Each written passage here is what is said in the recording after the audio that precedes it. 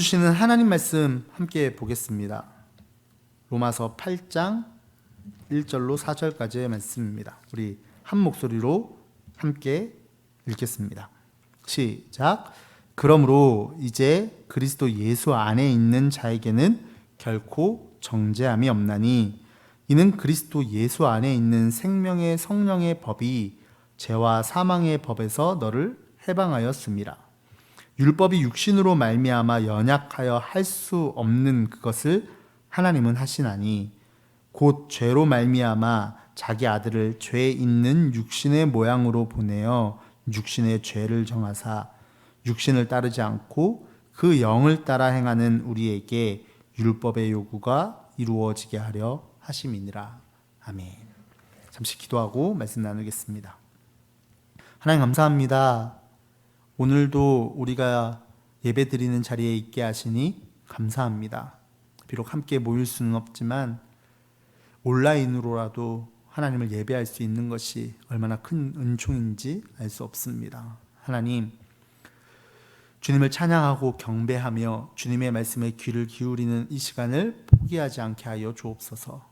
더욱더 주님께 가까이 가기를 몸부림하는 우리들 되게 하여 주옵소서. 함께 말씀을 나눕니다.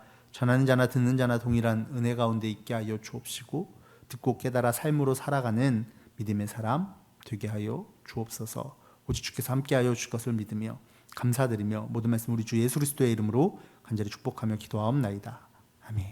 오늘은 웨슬리 목사님의 성령의 첫 열매들이라는 표준 설교를 중심으로 함께 은혜를 나누어 보려고 합니다.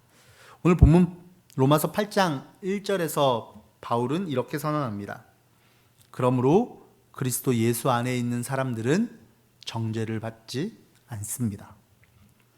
그리스도 예수 안에 있는 사람들은 정죄를 받지 않는다. 이 놀라운 선언에서 그리스도 예수 안에 있는 사람들이라는 정의에 대한 오해가 너무나도 많습니다. 단순하게 이야기해서 교회 다니는 사람들은 모두 그리스도 예수 안에 있는 사람들이라고 말할 수 있을까요? 그럴 수 없겠죠. 그렇다면 그리스도 예수 안에 있는 사람들이란 어떤 사람들을 말하는 것일까요? 빌립보서 3장 8절과 9절에서 바울은 이렇게 고백합니다. 그것뿐만 아니라 내 주 예수 그리스도를 아는 지식이 가장 고귀함으로 나는 그 밖의 모든 것을 해로 여깁니다. 나는 그리스도 때문에 모든 것을 잃었고 그 모든 것을 오물로 여깁니다. 나는 그리스도를 얻고 그리스도 안에 있는 사람으로 인정받으려고 합니다. 나는 율법에서 생기는 나 스스로의 의가 아니라 그리스도를 믿는 믿음으로 말미암아 오는 의, 곧 믿음에 근거하여 하나님에게서 오는 의를 얻으려고 합니다. 바울은 이렇게 고백하죠. 나는 그리스도를 얻고 그리스도 안에 있는 사람으로 인정받으려고 합니다. 그리스도 안에 있는 사람으로 인정받으려고 한다. 바울은 그 그리스도 안에 있는 사람으로 인정받기 위해 그 앞에 있는 구절들을 보시면 예수 그리스도를 아는 지식 외의 모든 것을 해로 여긴다 이렇게 고백합니다. 그 모든 것을 해로 여기겠다고 생각만 한 것이 아니라 실제로 그리스도 예수 때문에 바울은 모든 것을 잃어버렸습니다. 그런데 중요한 것은 바울은 모든 것을 잃어버린 것을 전혀 아까워하지 않았다 하는 것이 중요합니다. 오히려 그리스도를 아는 지식 외의 모든 것을 오물, 배설물, 우리가 쉽게 설명하기로는 똥이라고 표현하고 있는 것이죠. 바울의 이 고백에 그리스도 예수 안에 있는 사람들이 어떤 사람들인지가 잘 드러납니다. 그리스도 예수 안에 있는 사람들은 그동안 그리스도 예수 밖에서 살았던 모든 삶, 즉 예수 그리스도를 아는 지식 외에 모든 것을 버리는 것을 하나도 아까워하지 않는 사람들입니다. 여러분, 화장실에서 이를 보고 물 내리면서 어떻게 너무 아까워서, 그래서 막 아까워서 발을 동동 구르면서 화장실에서 못 나오지 않잖아요. 거기에 얽매여서 막 어쩔 줄 몰라 하지 않잖아요. 예수 그리스도 안에 있는 사람들은 예수 그리스도 외에 어떤 것에도 얽매이지 않는다 하는 겁니다. 왜냐하면 그리스도 예수 안에 있는 사람들은 정죄를 받지 않기 때문입니다. 이 표현이 정확한 표현이 될지는 모르겠지만 지난주 이직영 목사님의 설교를 들으면서 정죄를 받지 않는다는 것을 더 이상 죄에게 발목 잡히지 않는 것으로 표현할 수도 있겠다 생각했습니다. 사랑하는 여러분, 그리스도 예수 안에 있는 사람들은 죄에게 발목 잡혀 포기하거나 좌절함으로 주저앉아 있지 않습니다. 왜냐하면 예수 안에서 누리는 생명의 성령의 법이 우리를 죄와 죽음의 법에서 해방하여 주셨기 때문입니다. 우리의 발목을 붙잡고 있는 죄의 사슬을 주님께서 끊어주셨기 때문입니다. 여러분 아멘이십니까? 이 삶은 그리스도 예수를 제대로 알지 못하는 이들에게는 이해할 수 없는 일이기에 역설이고 신비입니다. 그래서 바울은 고린도 후서 6장 8절 이하에서 이렇게 고백합니다. 우리는 속이는 사람 같으나 진실하고 이름 없는 사람 같으나 유명하고 죽는 사람 같으나 보십시오 살아 있습니다. 징벌을 받는 사람 같으나 죽임을 당하는 데까지는 이르지 않고 근심하는 사람 같으나 항상 기뻐하고 가난한 사람 같으나 많은 사람을 부요하게 하고 아무것도 가지지 않은 사람 같으나 모든 것을 가진 사람입니다. 그런데 여러분, 저를 비롯한 우리 모두에게 고민이 있습니다. 왜 우리는 예수를 믿는다고 고백하면서도 해방의 기쁨보다는 죄로 말미암는 좌절, 실망을 더 많이 느끼는 것일까요?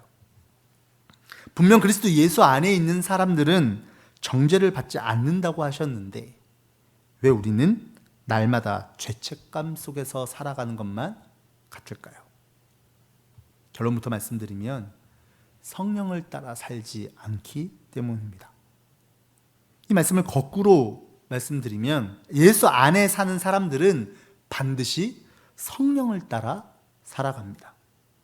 갈라디아서 5장 16절과 17절은 이렇게 말씀합니다. 내가 또 말합니다. 여러분은 성령께서 인도하여 주시는 대로 살아가십시오. 그러면 육체의 욕망을 채우려 하지 않을 것입니다. 육체의 욕망은 성령을 거스르고 성령이 바라시는 것은 육체를 거스릅니다. 이 둘이 서로 적대 관계에 있으므로 여러분은 자기가 원하는 일을 할 수 없게 됩니다. 우리는 예수 그리스도의 십자가의 구속의 은총으로 말미암아 구원을 받은 사람들입니다. 그러나 우리 안에는 여전히 육체의 욕망을 채우려는 본성의 부패와 마음속 깊은 쓴뿌리가 있습니다. 그래서 히브리서 기자는 이렇게 말씀하죠. 하나님의 은혜에서 떨어져 나가는 사람이 아무도 없도록 주의하십시오. 또 쓴뿌리가 드러나서 괴롭게 하고 그것으로 많은 사람이 더러워지는 일이 없도록 주의하십시오. 분명 우리가 성령을 따라 살아가면 우리 안에 본성의 부패와 쓴뿌리를 이겨낼 수 있습니다. 문제는 우리가 눈앞에 보이는 문제들에 휘청거리고 시선을 빼앗겨서 우리를 인도하시는 성령을 따라 살아가는 것을 놓칠 때가 많다는 것입니다. 잊어버릴 때가 많다는 거예요. 우리를 인도하시는 성령 하나님을 바라보기보다는 또다시 실패하며 넘어지는 자신을 보며 죄에 발목 묶여서 본래 앉아있던 삶의 자리로 돌아가려고 한다는 것입니다. 사랑하는 여러분, 우리는 그리스도 예수 안에서 하나님의 은혜로 값없이 의롭다함을 얻은 이들입니다. 더 이상 죄가 우리의 발목을 잡을 수 없습니다. 코끼리를 묶어 놓았던 알뚝의 사슬이 이미 끊어졌습니다. 이제 우리의 삶의 주인이 완전히 바뀐 거예요. 그런데 우리는 여전히 말뚝에 묶여 살던 코끼리의 삶을 포기하지 못하는 겁니다. 왜냐하면 우리 안에 가득 찬 죄의 흔적들 때문입니다. 다른 말로 하면 죄에 묶여 살던 삶의 습관들 때문입니다. 그래서 주님께서는 우리를 홀로 두지 않으시고 성령을 통해 우리를 도우십니다. 우리가 스스로 하나님의 자녀로 사는 것이 불가능하다는 것을 주님께서 잘 아시기에 우리를 도우신다 하는 거예요. 그래서 성령께서는 날마다 우리가 죄와 사망의 종이 아니라 하나님의 자녀인 것을 증거하십니다. 그래서 우리가 세상의 시끄러운 여러 가지 소리 중에 귀를 기울여야 하는 소리는 너는 내 아들이다, 너는 내 딸이다 라고 말씀하시는 성령의 음성인 줄로 믿습니다. 언젠가 연합집회에서 유광식 목사님이 그러셨죠. 하나님께서 우리에게 이렇게 말씀하신다고. 넌 그러면 안 돼. 왜죠? 하나님의 자녀니까. 다른 사람은 그래도 될지 몰라도 너는 그러면 안 돼. 왜죠? 너는 하나님의 자녀니까. 우리는 이런 성령의 음성으로 말미암는 인도하심에 따라 날마다 죄에 얽매여 살아가고자 하는 나를 십자가에 못 박아 죽이고 생명의 길로 인도하시는 주님을 따라 일어나 걸어야 하는 것입니다. 그렇다면 성령을 따라 사는 삶이란 무엇일까요? 한마디로 그리스도를 따르는 삶입니다. 성령을 따라 사는 사람들은 성령의 인도하심으로 하나님의 성품을 닮아가며 마음의 모든 생각이 주님을 향하는 성화의 삶을 사는 사람들입니다. 간단하게 요약하면 우리가 잘 알고 있는 것처럼 하나님을 사랑하고 이웃을 사랑하는 삶을 사는 사람들입니다. 그런데 문제는 그 다음이에요. 웨슬리 목사님께서는 성령을 따르는 삶을 사는 사람들의 모습을 이렇게 표현하고 있습니다. 이렇게 사는 사람들은 모든 대화가 거룩하여 늘 은혜를 끼치고 덕을 세우는 선한 말을 합니다. 또한 하나님을 기쁘시게 할 일만을 행하고 본이 되시는 그리스도를 따르며 무슨 일이든 오직 하나님의 영광을 위해 합니다. 또한 성령의 열매를 맺습니다. 열매 맺는 삶을 통해 그들은 하나님의 복음을 빛나게 하며 이 모든 행위가 예수님을 죽은 자 가운데서 다시 살리신 바로 그 동일한 성령에 의한 것임을 증거합니다. 여러분, 이 말씀을 들으면 어떤 마음이 드시나요? 혹 이런 마음은 아닙니까? 아, 나는 그리스도 예수 안에 있는 사람이 아니구나. 혹은 나는 성령을 따라 살 수 없는 사람이구나. 왜 그런 마음이 드는 것일까요? 혹시 여전히 내 죄가 내 발목을 단단히 잡고 있음을 느끼고 포기하고 싶은 마음이 들기 때문은 아닐까요? 그냥 어쩔 수 없다고 여기고 싶은 마음이 드는 것은 아닐까요? 그러나 다시 한번 말씀드립니다. 그러므로 그리스도 예수 안에 있는 사람들은 정죄를 받지 않습니다. 그리스도 예수 안에 있는 사람들은 과거의 어떤 죄나 앞으로의 어떤 죄에서 자유합니다. 그 죄가 우리의 발목을 붙잡을 수 없습니다. 주님께서 이미 그 죄의 쇠사슬을 끊으셨기 때문입니다. 그럼 어떤 죄로부터 정죄를 받지 않는다는 것일까요? 웨슬리 목사님은 여러 가지 죄의 유형들을 설명하십니다. 그러니까 우리가 죄라고 여기는 유형들이 너무나도 많다는 것이죠. 먼저는 과거의 죄에서 자유합니다. 미가서 7장 19절을 보시면 주님께서 다시 우리에게 자비를 베푸시고 우리의 모든 죄를 주님의 발로 밟아서 저 바다 밑 깊은 곳으로 던지십니다.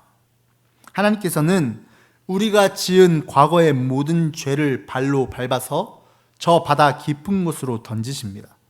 그런데 우리는 하나님께서 괜찮다 하시는 일에 우리 스스로 갇힐 때가 너무 많습니다. 이 말씀은 어떤 죄를 지어도 다 괜찮으니까 막 살아도 된다는 말씀을 드리고 싶은 것이 아닙니다.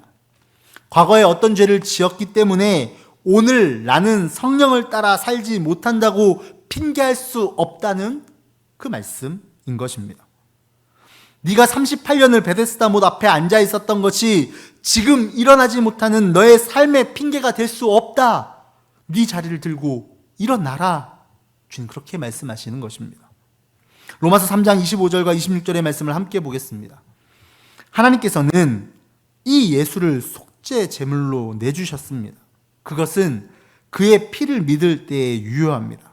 하나님께서 이렇게 하신 것은 사람들이 이제까지 지은 죄를 너그럽게 보아주심으로써 자기의 의를 나타내시려는 것이었습니다. 하나님께서 오래 참으시다가 지금 이때에 자기의 의로우심을 나타내신 것은 하나님은 의로우신 분이시라는 것과 예수를 믿는 사람은 누구나 의롭다고 하신다는 것을 보여주시려는 것입니다. 그래서 이 말씀 뒤에 바울은 이어서 이렇게 말씀합니다. 그렇다면 사람이 자랑할 것이 어디에 있습니까? 전혀 없습니다.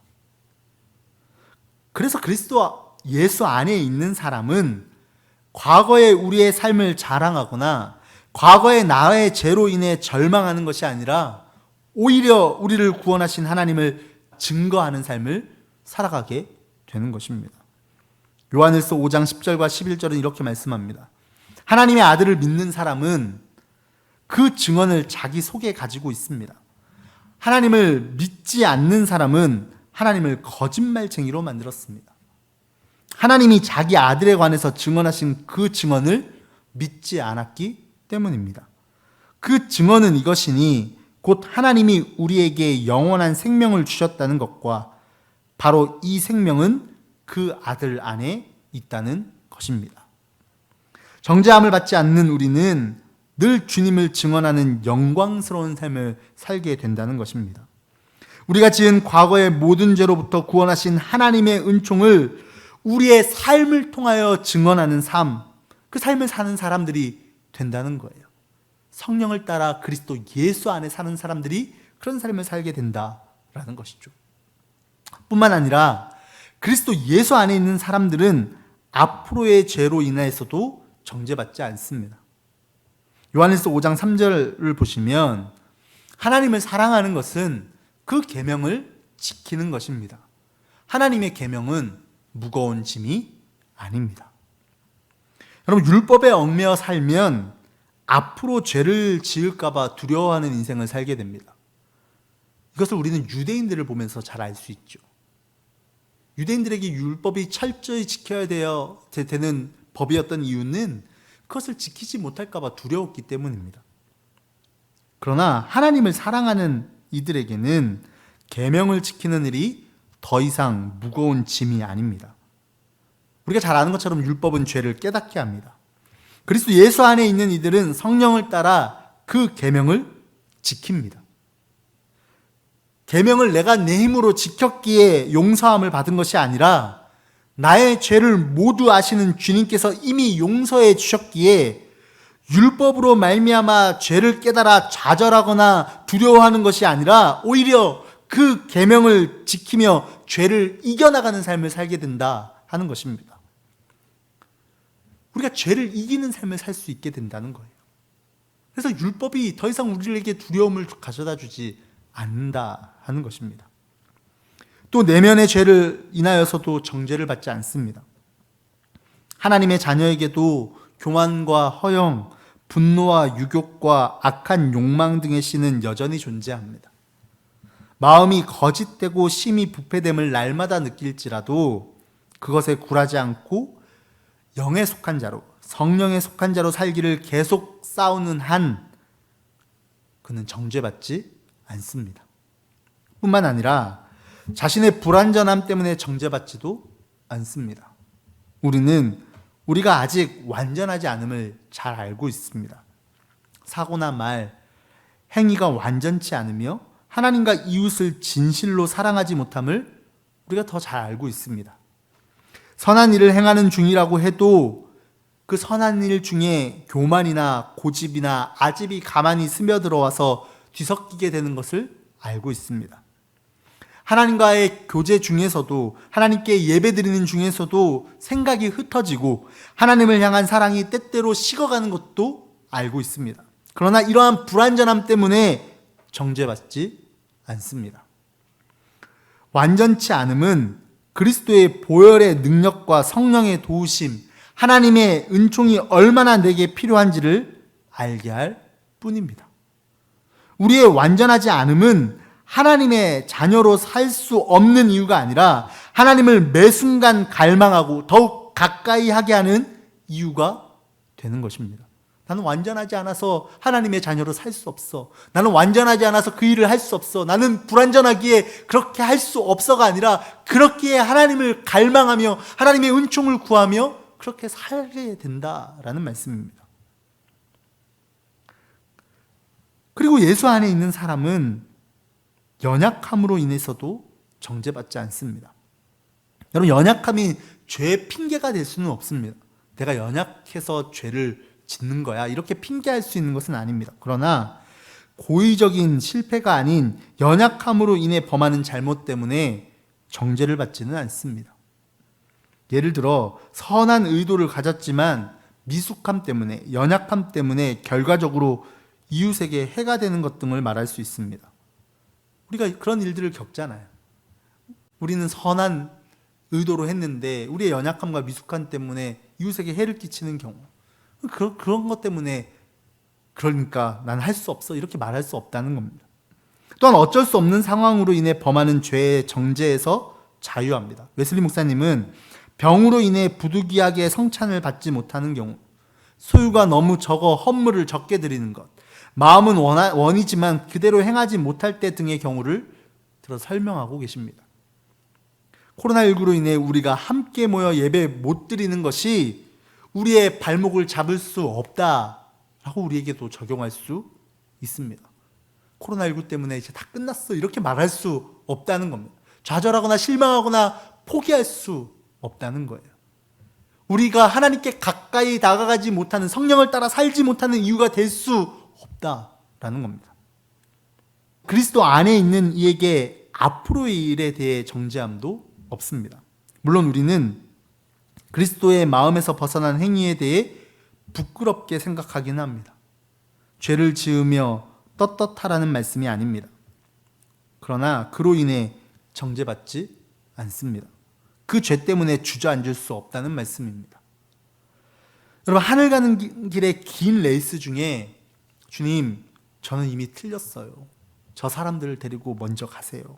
저 때문에 고생하지 마시고 가세요. 이렇게 포기할 수 없다는 겁니다. 왜냐하면 우리의 페이스메이커 되시는 성령께서 우리에게 계속해서 말씀하시기 때문입니다. 일어나라. 넌 이미 이겼다. 넌 내 자녀다. 이렇게 말씀하시기 때문입니다. 내가 너와 함께하니 네 발로 일어서라. 그렇게 말씀하시는 성령의 음성을 따라 우리는 포기하는 것이 아니라 그 자리를 들고 일어서야 하는 것입니다. 우리는 주님 앞에서 죄를 짓는 것을 스스로 부끄러워하지만 그럼에도 불구하고 나와 함께 하시는 주님을 나의 힘이요, 나의 노래시요, 나의 구원이라고 찬양하게 되는 것입니다. 그러므로 그리스도 예수 안에 있는 사람들에게는 두려움이 없습니다. 디모데후서 1장 7절은 이렇게 말씀합니다. 하나님이 우리에게 주신 것은 두려워하는 마음이 아니요 오직 능력과 사랑과 절제하는 마음이니. 여기서 두려움을 세번역에서는 이렇게 번역합니다. 하나님께서 우리에게 비겁함의 영을 주신 것이 아니라 능력과 사랑과 절제의 영을 주셨습니다. 두려워하는 마음은 비겁함의 영을 따르는 것입니다. 많은 사람들이 그렇게 말합니다. 세상은 원래 그래. 세상이 원래 그러니까 어쩌라는 거죠? 어쩔 수 없다는 얘기를 하고 싶은 겁니다. 세상 원래 다 그러니까 나도 어쩔 수 없다는 이야기를 하고 싶은 거죠. 그러나 그리스도 예수 안에 있는 사람들은 세상에서 실패하는 것이 두려워서 비겁하게 세상 속에 숨지 않습니다. 오히려 그리스도 예수 안에서 구별된 삶을 통해 세상을 변혁시킵니다. 또한 그리스도 예수 안에 있는 사람들은 인간은 죄인이라서 어쩔 수 없다면서 핑계하지 않습니다. 오히려 자신이 과거에 지은 죄와 앞으로 지을 죄에 발목 잡히는 인생을 살지 않습니다. 오직 믿음으로 그리스도 예수의 계속되는 은총을 구하며 기도함으로 성령을 따라 걷습니다. 사랑 여러분, 이 말씀을 정리하려고 합니다.